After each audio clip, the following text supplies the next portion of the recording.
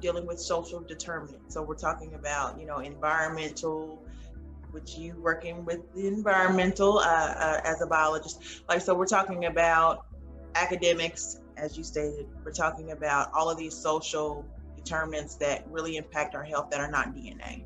Because often it's said, oh, well, this group of people, they're sick because X, Y, and Z, and it always leads to a myth that it's biological, right? Black people, brown people, maybe we're just born. All of us have to have diabetes, and all of us have to have hypertension because it's that the food you eat, it's always like this blame accusatory, and it's a misleading, because often it's the exposures and the environment and the lack of exposures and barriers that create this disease that goes on from generation to generation. And so she states this: there's one view of us as biological creatures, that we are determined by our genes, that our genes dictate our lives, that what we see in our biology is somehow innately us, who we are because of who we were born to be. What that misses is that we grow up and develop. We grow up as children, we grow up as adults, and continue.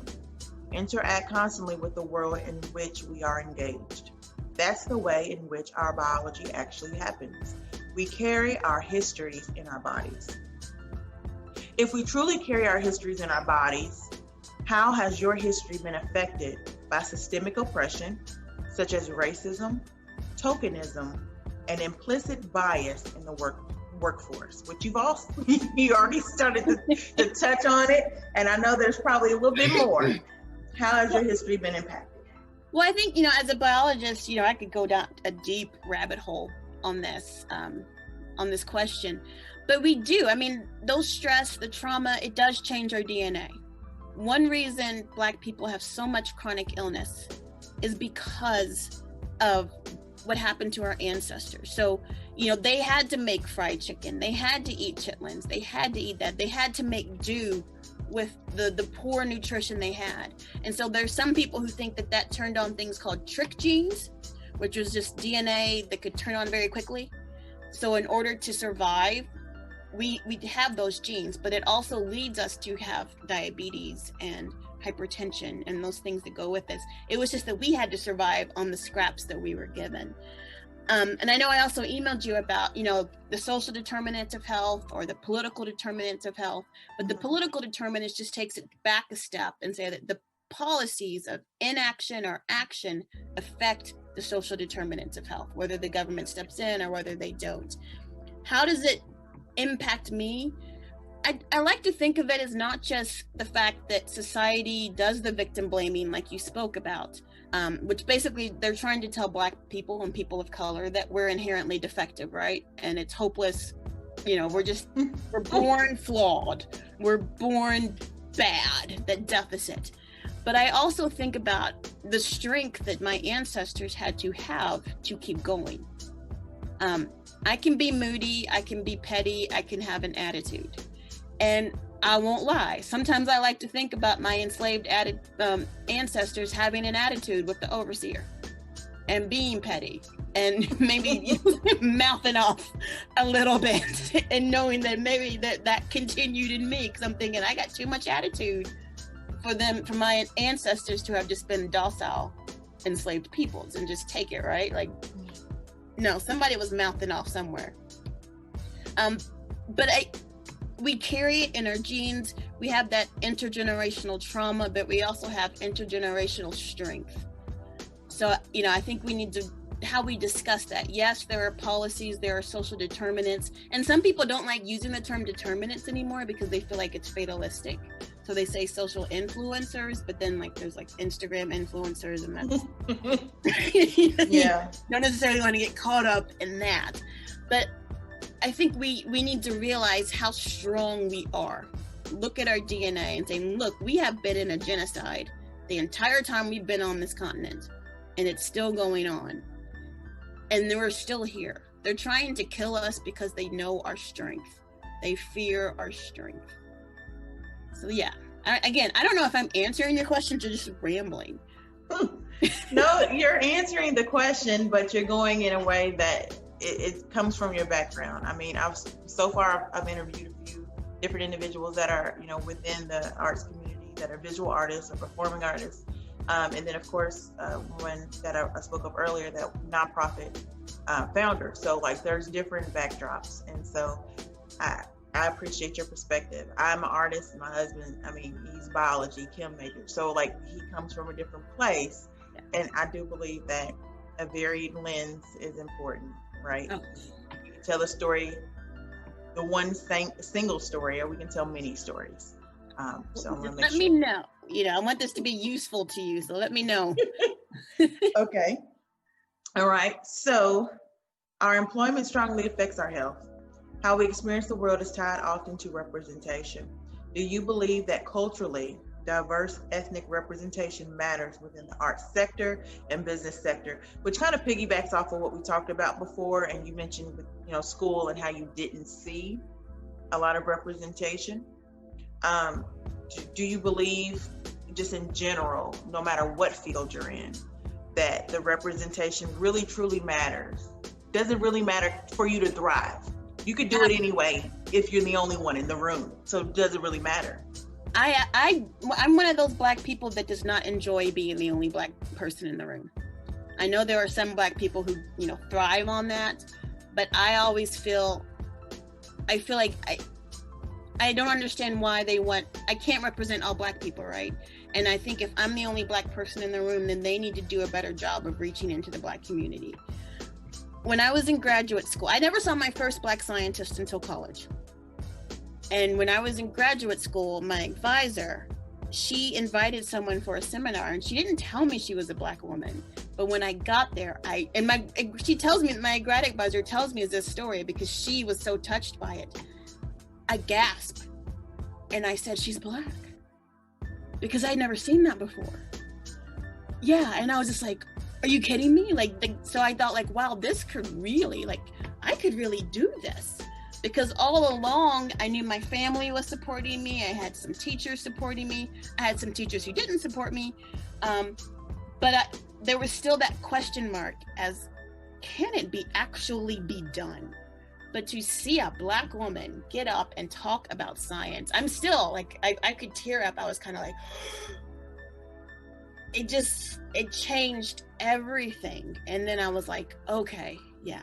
So, I do fear, and sometimes, unfortunately, I do see Black people, once we reach certain achievements, instead of becoming trailblazers, we become gatekeepers, as if, who's allowed to come in next?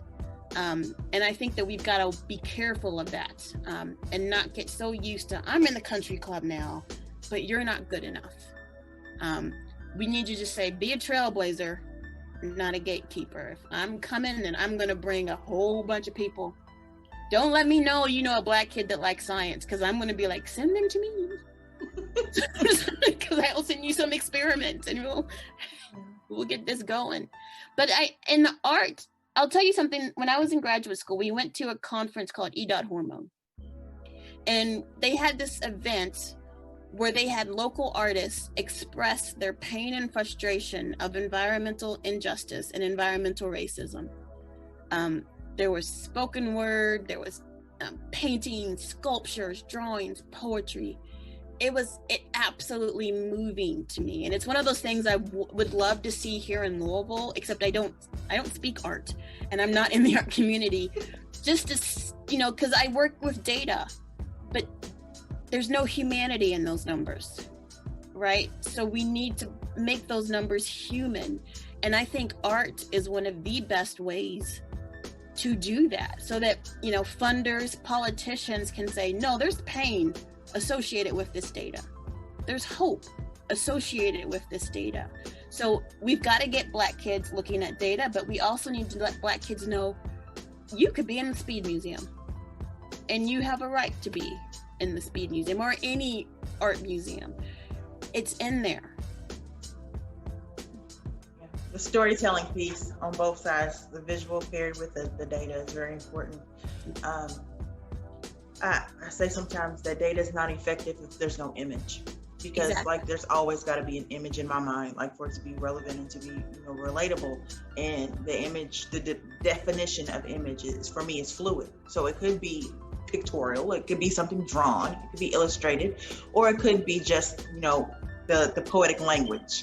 Like when you describe something, even when people talk about faith, and you don't really necessarily see it, but the language speaks to that image. And so when you have all this data and information, I really believe no matter where it came from, it does need to be tied with an image for the human experience, for us to fully actualize what it means, how we can shift it, how we can change it. I do believe images need to be implemented. So, well, I mean, just think about how much data we already have, and society's not improving.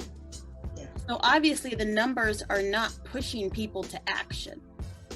We've got to make those numbers human. Numbers human. I like that. Okay. Our voices are powerful instruments to create social change. Do you believe that racially identified minorities, and I keep going back to, just to let you know context, I keep saying in this framework, it was interesting because you're navigating all of these terms that are taught to you. And a lot of them, of course, they come from patriarchy and they come from white supremacy. And you're just trying to figure out, like, okay, this is the box of words that we are given, but many of those words misrepresent the situation. And so when you say minority, what does that really mean? That doesn't necessarily mean we're talking about racially identified minorities. We could be talking about women, which is very important, but oftentimes numbers get skewed when you throw in for diversity and inclusion. Just, have a whole bunch of white females hold space, and all of a sudden it's like diverse, And so I wanted to make sure that this research really speaks to the topic at hand, which is the racial wealth gap. I'm just coming from the art lens. And so the question, do you believe that racially identified minorities are often misrepresented through narratives told for them instead of by them? Absolutely. One of my dear friends, Richard Moore, who's a leader in the environmental justice movement, he always says, if you're not at the table, you're on the table. And one thing he always does, he always reminds us that we need to take control of the narrative. I do community advocacy work. I was trained in the Hermes principles, which means it's not top-down organizing, it's bottom-up. The community speaks for itself. Everyone is an expert in their own experience, and the community has a right to self-determination. So when I go in to a meeting and they have me the only Black person in the room, and they want to talk about a project in Shawnee Park, I will say to them, where are the people who live around Shawnee Park? Why are you asking me here to speak on this? Because I think not only did they create a narrative for us that denies us our humanity, right? We're not allowed to be emotional. If we speak up, we're too aggressive. We're the strong Black woman, but we can't be sad. But then Black men are thugs and violent. And, oh, you're so articulate. Oh, you're pretty for being Black. And, that hairstyle's trendy. When no, actually, these hairstyles are centuries years old. They were around on the continent of Africa before the white people got there. But that whole narrative that they've created around us that boxed us in, we have to say, no, we are experts in our experience. And in academia, I've been known to light fires. So, how they have these degrees in diversity and inclusion and degrees in social justice. And I said, do not send me a white, cis, hetero, non-disabled, person with a degree in social justice. Let me go talk to a 6-year-old Black boy, because he's going to know more. So we have to take back control of the narrative. So in environmental justice, some politicians don't like the word environmental racism. They don't like that term. So we make it a point to say environmental racism. We make it a point to say genocide, because we know they don't want to use that term, but we're like, no, this is a genocide. No, this is racism. And we're going to go out and get on Facebook and use those words up and down to take back control of this narrative. Because the narrative, what they've done is they've made us another species. We're still not human. We're a nuisance species. We just have to be dealt with. And we have to say, I think not. My prefrontal cortex is just as good as yours. And this is the narrative that we're going to do. A recent example I dealt with, I was, we were going to work with the group, and I said, well, I've heard feedback that this group was not to be trusted, from other Black people. And a white person said, I don't think they understand. We need to ask somebody else. And I replied and I said, we are fully capable of looking at evidence and making a judgment. But the narrative is so strong that we have to be guided, we have to be led, that we just kind of have to say, no, I think not. Is that some of your ancestral attitude coming out?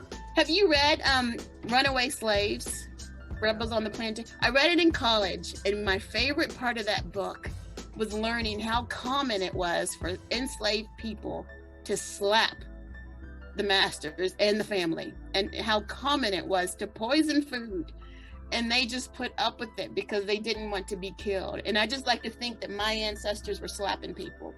I'm like, that's my great granddaddy was popping off on master, the overseer. Hey. Wow. Yeah. Wow. Speaking up is important. Yeah. That's the gist. You definitely have to speak up, or someone will speak for you.